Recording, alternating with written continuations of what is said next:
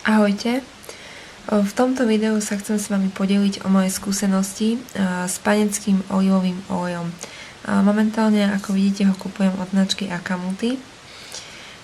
Moje prvé zoznámenie s panenským olivovým olejom prebehlo asi pred pár rokmi, keď mi moja kamarátka z dovolenky v Taliansku doniesla olivový olejček s tým, že ide o kvalitný panenský olej určený na kozmetické účely, takže ho môžeme v pohode používať na vlasy, tvár a pokožku celého tela, lebo tamto ženy bežne používajú a berie sa to za takú samozrejmosť. Na začiatku som ho začala používať na končeky vlasov, pretože som ich zvykla mať dosť suché a rozštiepené. A musím povedať, že asi tak po 3 mesiacoch vyzerali o mnoho zdravšie a hlavne už neboli suché. Keďže sa mi takto osvedčilo, začala som ho používať aj na pokožku, a to konkrétne nie len v lete po dlhom opaľovaní, aby sa pokožka až tak nezničila a bola vyživená, ale celkovo počas celého roka prakticky kedykoľvek som mala chuť trošku si ju rozmaznať a zvláčniť. Podľa môjho názoru je výsledok o mnoho lepší než po akomkoľvek inom telovom mlieku. Panenský olivový olej má pre mňa význam aj čo sa týka starostlivosti o nechty. Niekedy v období puberty som mala problém s ich krehkosťou a štiepením. Dlhý čas som si ich nevedela poriadne vypestovať. Neskôr som sa dočítala v takej starej knihe o kráse, ktorú mala ešte moja stará mama na poličke, že je na to veľmi dobrý olivový olej. Takže som si nechty vždy po odlakovaní pravidelne natierala olivovým olejom v bohatšom množstve a nechala som ho pôsobiť asi tak pol hodinku. Tie nechty sa počase zregenerovali a dnes ich už len skracujem, nemajú problém rásť a byť pevné.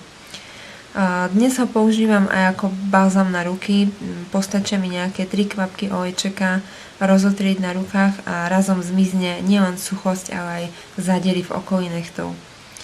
Ja ho ešte využívam na pleť, a to konkrétne do oblasti očí a na pery. 1 kvapku kvapnem na prsty a rozotriem večer pod oči a na pery. To boli moje skúsenosti. Od ostatných zas viem, že ho používajú niektoré dámy na zmiernenie začervenania pokožky po holení a zvyknú ho niektoré mamičky pridávať batoľatám do kúpeľa alebo ním natierať zadoček bábätka. Dosť dlhý čas kupujem panenský olivový olej len značky Akamuty. Konkrétne táto fľaštička je z e-shopu Bionatural a ide o 150 ml balenie. Má praktický uzáver, vďaka ktorému je dávkovanie presné a nemusím ním plýtvať, čiže mi vydrží naozaj veľmi dlho. Možno sa vám to teraz zdá byť málo, ale ide o naozaj veľmi výživný olej, takže ho stačí nanášať v malom množstve. Na končeky vlasov nanášam asi tak 5 kvapiek, do oblasti očí a na pery postačí tá 1 kvapka, ktorú som už spomínala. A na ruky stačia iba 3 kvapky, takže jednoducho ho nakvapkám na ruky a rozotriem. Ako vidíte, toto boli 4 kvapky a ruky ich nemajú problém vpiť. Niekedy postačia len 2 kvapky, 3, podľa toho, ako suché máte ruky. Úplne na záver ešte treba spomenúť vôňu tohto olejčeka. Je jemnúčka a keďže ide o panenský olivový olej, vonia len po olivách.